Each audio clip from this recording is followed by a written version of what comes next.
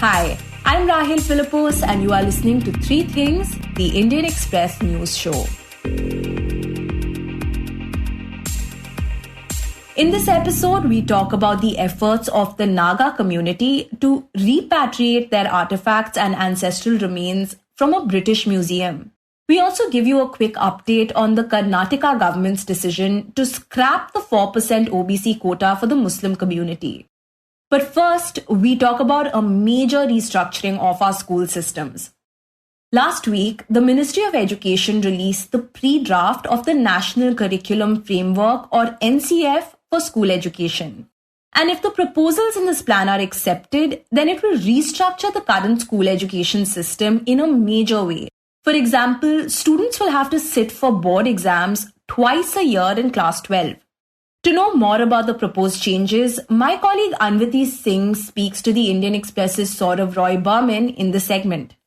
So Sourav, let's begin with understanding what is the NCF and its significance. So NCF is essentially National Curriculum Framework, and it is the foundation on which, all our syllabi, all our textbooks across state boards are prepared, including CBSE and other state boards. And NCF is not just one document, it is actually a set of documents which will have the broad directions that all the experts who are involved in drafting of our textbooks, they will have to follow all these NCF documents. And beyond playing a role in the preparation of textbooks, NCF also makes suggestions on how our school system should be designed, how classroom teaching should be, how examinations are to be held, how our papers or answer sheets are to be evaluated by teachers. So NCF does a lot of things beyond syllabus as well.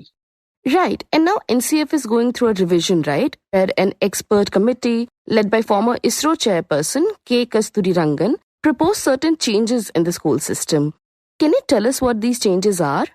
So for now, what we have are details on the proposed changes in the design of the school system. So for one, the proposal is to give students in class 12 more than one chance to appear in the board exams. So right now we have one board exam. So the idea is to give them two chances. And secondly, it says that students should be free to pursue a mix of two subjects in humanities, science and commerce, instead of forcing them to make a choice once they clear class 10, as is the norm now. In other words, we can say that a student, say, who has picked a combination of physics, maths, chemistry is collectively called PCB. So right now they cannot actually study history or say political science if they are also interested in those subjects. So once the recommendations of the new NCF are accepted, that will become a possibility. So these are the major recommendations which can have far-reaching changes.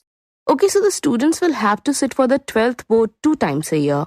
Now that sounds like a college semester system where we have 2 semester exams in a year. There is also a recommendation that you should have a semester system in class 12. So right now we don't have semester system in schools. But if NCF recommendations are to go by, and if they are accepted and finalized, we'll have semester system in class 12 as well.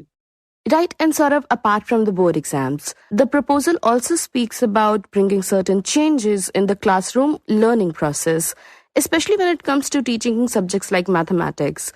Tell us about that.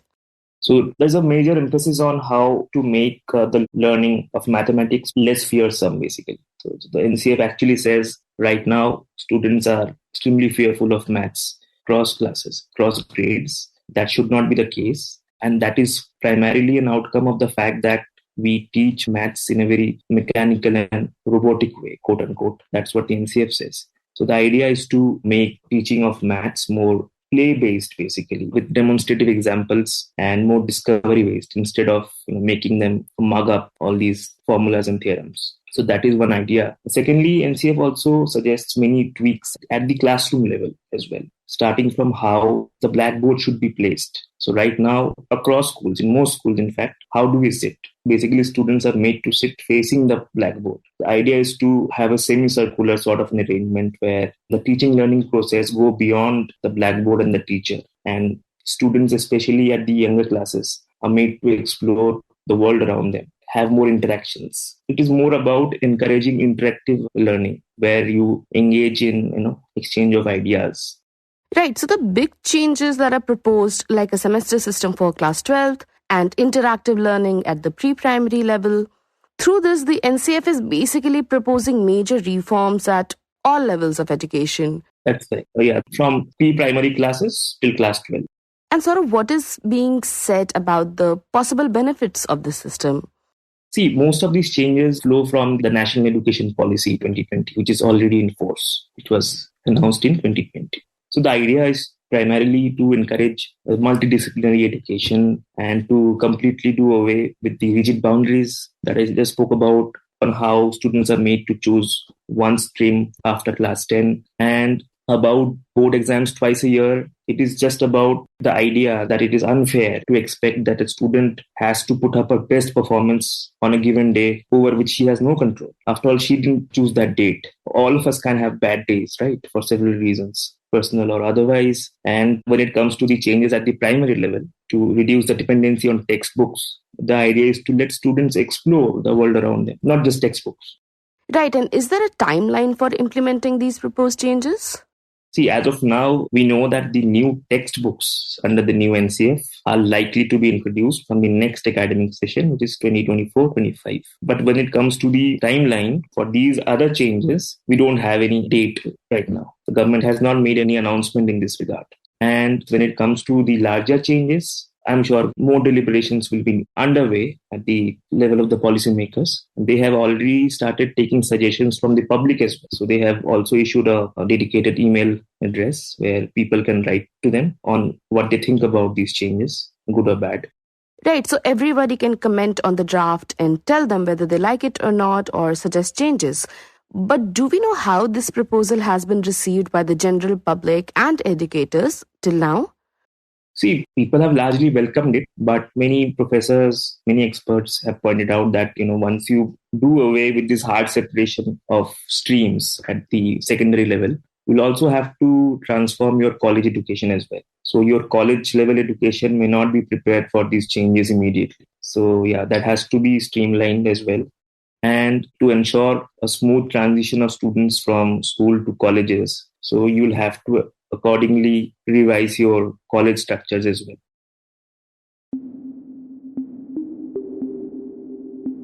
Next, we talk about a community-led effort in Nagaland to repatriate ancestral remains from the UK. In 2020, the Pitt Rivers Museum in England announced that it would take its collection of human remains and other insensitive exhibits off display. This was part of the museum's larger effort to decolonize its collection. Soon after the announcement, Naga researcher and anthropologist Dolly Kekon wrote to the museum, which happens to be home to the world's largest collection of Naga objects, to bring back ancestral Naga human remains. Her request kicked off a massive first-of-its-kind community-led initiative among the Nagas. To talk about the initiative, the Indian Express's Tora Agarwala joins us in the segment. So to begin with, Tora, can you talk about the Pitt Rivers Museum and the sort of collection that it houses? The Pitt Rivers Museum was founded in 1884 and it's one of the world's best-known museums for anthropology, ethnography and archaeology. It has this expansive collection of 500,000 items, and these have been acquired over more than 100 years. The objects include musical instruments, masks, textiles, weapons, and different kinds of tools, and they cover almost all periods of human existence. Many of these objects were collected as souvenirs, artifacts during the many colonial expeditions of the British Empire. Right, and the museum is also home to a massive collection of Naga artifacts, right? Can you talk about how those artifacts may have got there?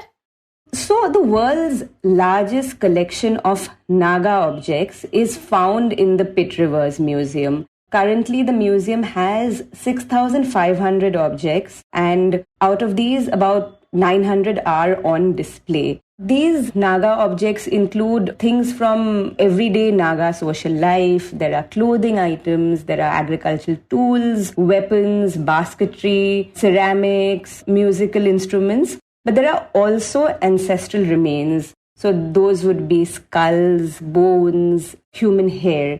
Most of these Naga human remains became part of the museum in as far back as 1884. And a majority of this was collected by these two colonial administrators, James Mills and John Hutton. Okay, and Tora, speaking about these artifacts that were collected during the British Empire's many colonial expeditions, the museum for the last couple of years has actively been trying to remove these exhibits from display. Can you tell us why that is? Right. So increasingly, museums across the world are beginning to decolonize their collections. Now, decolonize could roughly mean, eliminating, say, colonial influences or freeing up a particular space or an institution from the effects of colonization. In the Pitt Rivers Museum, since 2006 actually, there has been this conversation about return of these human ancestral remains. And the museum is saying that many of these objects or remains were taken without the consent of the community they were being taken from. So in 2017, the museum decided that it would carry out an ethical review of these collections. And they did it. And in July 2020, when it reopened after the pandemic, it took off about 120 remains from display. So when they made this announcement, they released a statement, and the museum's director, she said that these objects which were on display were playing into, the stereotypical thinking about cultures across the globe as savage or primitive. And they also said, all said and done, even if this museum was iconic, there was a problematic historical past, and they did not want to shy away from having these difficult conversations. And that is why they decided to carry out this ethical review of their collection and take off the human remains off display. Okay, and right after that, there was this community-led effort by the Nagas to bring the artifacts and ancestral remains home. Can you tell us how that started? Yeah, so in September 2020, when the museum officially announced that they were going to do this, that's when this Naga anthropologist, Dolly Kikon, she is now a professor in the University of Melbourne. And she happened to see this news, and immediately she wrote to the museum and asked about the Naga ancestral remains, because she was aware that there was a huge Naga collection in the Pitt Rivers Museum. And after that email was sent, it led to what is now a community-led initiative by the Nagas to bring home their ancestral remains. And significantly, this is the first attempt by an indigenous community in India and possibly even South Asia to repatriate their remains. Right, and when you spoke to Dolly, did she tell you what prompted her to reach out to the museum in the first place? And how did the museum respond? So Dolly said that, as a Naga who's been working abroad for so many years, it's been very disturbing for her to see Naga objects being displayed as exotic and primitive in museums across the world. So, when she read that article where it said that the Pitt Rivers Museum was going to take off human remains off their display, that really hit home for her. And hours later, she found herself writing a mail to the museum and asking them about this. In 2 days, the director of the museum, Dr. Laura, she responded positively. And after that, whatever has happened is likely to become history now. Okay, and can you tell us what's going on with the repatriation process right now? So repatriation efforts like this take a lot of time. Now, most successful repatriation efforts like the Maori community in New Zealand and the Tasmanian Aboriginal people in Australia, they repatriated their remains from the Natural History Museum in London, and that also took at least 2 decades. So even this Naga repatriation will also take probably 2 decades or maybe even more. We don't know that now. But what is significant is that the conversation has begun and people are talking about this. So right after Dolly reached out to the museum got in touch with the Forum for Naga Reconciliation. After that, Dolly and another Naga anthropologist who's based in Edinburgh, Dr. Arkutong Longkumar, they together formed a Naga research team called the Recover, Restore and Decolonize in 2020. Now, this team has Nagas from all walks of life, and in the past 2 years, they've been conducting interviews, holding, community meetings, and generating public awareness about this initiative. Because not many people will understand this or even know what it means, because terms like decolonization, repatriation, human remains. These are complex terms which people might not know. So they feel it's their responsibility to first go back to the Naga people and talk to Naga elders, ask them what is the right process, what should we do about this, how should we bring back the remains. So after, all this knowledge collection is done, this is basically the first step. Then they will build a case to make an official claim to the University of Oxford. And because the Pitt Rivers Museum is in Oxford, the university is the legal owner of the remains. Right. And Tora, how has the Naga community reacted to the news of this repatriation? So Nagas have a very complicated political history, right? Naga groups have been engaged in a peace process with the Indian government since 1997 because, the Naga struggle for self-determination is the longest running insurgency in India. While, the insurgency was at its peak, the state witnessed brutal violence and heavy militarization. Parts of Nagaland still under the Armed Forces Special Powers Act. And this act has overridden civil liberties in the Naga areas for decades now. So it is a society which has already undergone a lot of trauma, a lot of conflict. Now, efforts like, this repatriation, many feel that this would aid in healing decades of trauma for the Nagas. That's one. Second, when you ask about the reaction of the regular Nagas to this whole initiative, people from the team told me that many Nagas did not actually even know about this, that their ancestral remains were in some museum in some other part of the world. So I spoke to this professor called Ellen Jamir. She's also now part of this initiative. And she was pretty surprised when she heard that Naga ancestral remains were part of a museum abroad, because there are very few Nagas which go abroad and, do research or study over there. So many people don't know. And she said that when they were going through this Excel sheet of where the human remains were sourced from, she saw the name of her village, Wakching. And it was then she realized, okay, this is my ancestors, this is my blood, my ancestors. They've been boxed up and they are in some part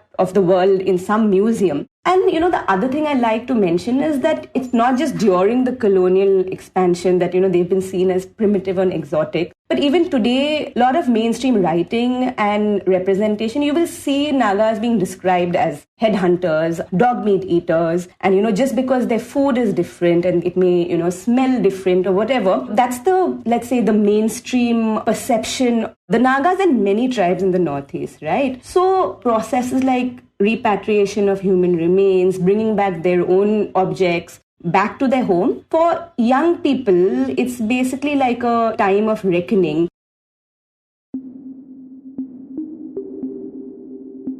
And finally, we talk about the Supreme Court responding to the Karnataka government's decision to scrap the OBC quota for Muslims in the state. Yesterday, the Supreme Court observed that the BJP-led Karnataka government's decision to scrap 4% quota for Muslims is prima facie, meaning on the face of it, based on quote-unquote absolutely fallacious assumption. The court further called the state government's decision to raise 2% quota for two dominant communities in the state, Vokaligas and Lingayats, shaky and flawed. While it did not stay the scrapping of the 4% Muslim quota, the apex court made several strong observations against the Karnataka government's decision and has deferred the hearing in the case till 18th of April. For context, on the 30th of March, the BJP-led government in the state notified a decision taken by the cabinet to scrap the 4% backward classes quota for Muslims and to reallocate the Muslim OBC quota to the Vokaligas and the Lingayats. With this, Muslims eligible for the quota have been categorized under the economically weaker sections. Before that, on the 24th of March, the cabinet had decided to fix quotas within the quota for scheduled castes, an issue that has been a political hot potato that the BJP, Congress and JDS governments have dropped since 2012. Notably, the decision came days before the Election Commission announced the schedule for assembly elections in the state. The state is set to go to polls on May 10th. You were listening to 3 Things by the Indian Express. Today's show was hosted by me, Rahel Philipose, and written and produced by Anwiti Singh, Shashank Bhargava, Utsa Sarmin, and me, Rahel Philipose. It was edited and mixed by Suresh Pawar. If you like the show, then do subscribe to us wherever you get your podcasts. You can also recommend the show to someone who you think will like it, share it with a friend or someone in your family. It's the best way for people to get to know about us. You can also tweet us at Express Podcasts and write to us at podcasts@indianexpress.com.